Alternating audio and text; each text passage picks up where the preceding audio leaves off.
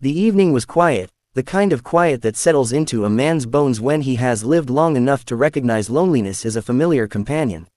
The old man sat by the window of a small cafe, watching the city move without him.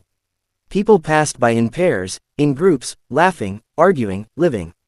He stirred his tea slowly, not because it needed stirring, but because movement reminded him he was still here. The bell above the cafe door rang, and with it came a rush of cold air and rain. A young woman stepped inside, shaking water from her hair, scanning the room for an empty seat.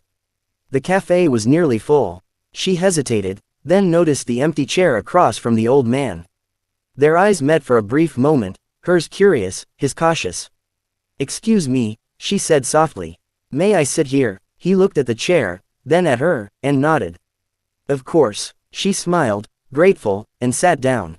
For a moment, they existed in polite silence, strangers sharing space.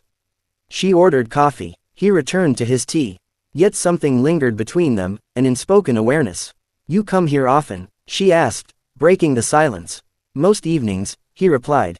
"It's warm, quiet." She nodded. "I like quiet too. It's rare these days." That simple sentence surprised him. He studied her more closely, not her youth, but the seriousness behind her eyes. She didn't feel careless or naive. She felt present. "My name is Anna," she said. "Henry," he replied. That was how it began. Over the following days, chance became habit. Anna returned to the cafe, often at the same hour. Sometimes she would bring a book, sometimes a notebook filled with writing. Henry was always there, in his usual seat, reading or simply watching the world outside. Their conversations grew longer, deeper, drifting from weather and coffee to life, dreams, and regrets. Henry spoke of his past carefully. A long marriage that ended with loss. A career finished years ago. Friends who had slowly disappeared. Anna listened, not with pity, but with respect. She never rushed him. She never interrupted. Anna spoke of her present. Her struggles to find meaning in a world that moved too fast. Her fear of choosing the wrong path. Her longing for something real. "You speak like someone who has lived deeply," she once said. "And you listen like someone who understands," Henry replied. He did not realize when admiration became something more.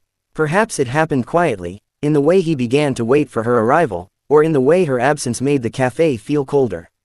Perhaps it was the way she laughed at his dry jokes, or how she looked at him not as an old man, but simply as a man. They began walking together after the cafe closed.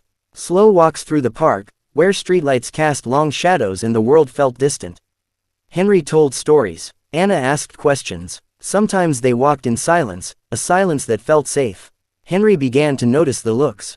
Curious glances, raised eyebrows, whispers that followed them like echoes. He tried to ignore them, but they settled deep in his chest. One evening, as they sat on a park bench, Henry grew quiet.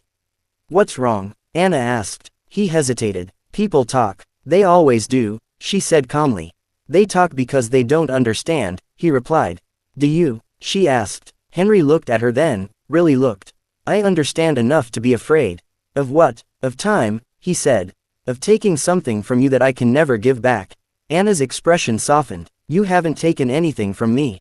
You deserve someone who can grow old with you," he said bitterly. She smiled sadly. "We're all growing old, just at different speeds." Despite her words, Henry began to pull away. He arrived later at the cafe. He cut their walks short. He told himself it was kindness. That distance was protection. Anna felt the change immediately. "Did I do something wrong?" she asked one evening. "No," he said quickly. This isn't right." "According to who?" she asked. "To the world," he replied.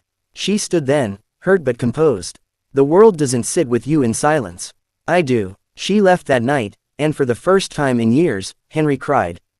Days passed, then weeks. Anna stopped coming to the cafe.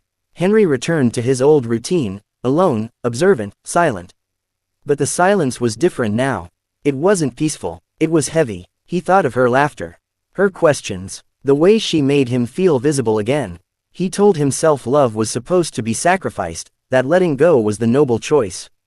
But the nights grew longer, and regret crept in quietly. One afternoon, Henry received a letter. Anna's handwriting. "I won't apologize for loving you. I won't pretend what we shared was wrong.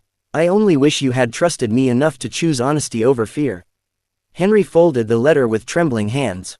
He wanted to run to her, to explain, to undo the damage, but time had already done its work.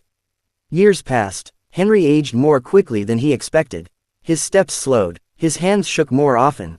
The cafe closed. The park bench remained. Anna moved forward. She lived. She loved again, but never carelessly. Henry stayed in her memory, not as a mistake, but as a truth. One autumn evening, fate brought them together again. The park was nearly empty. Henry sat on the bench, thinner now, weaker. Anna approached slowly, unsure at first, then certain. "Henry," she said. He looked up, disbelief in his eyes. "Anna." They sat together, older and wiser in different ways. There were no apologies, no accusations. Only honesty. "I was afraid," he admitted. "I know," she said. "I loved you," he said. "I know," she repeated. They sat in silence as the sun dipped below the horizon. No promises were made, none were needed. When Anna stood to leave, she took his hand gently. "Thank you," she said. "For what?" "For loving me when you did." Henry smiled, tears in his eyes. After she left, Henry remained on the bench, watching the sky darken. He felt no regret now, only gratitude. Love, he realized, was never about age. It was about courage, and even if it came late, even if it did not last forever, it mattered. The bench remained empty as night fell, holding the memory of two souls who met beyond time, and loved without apology.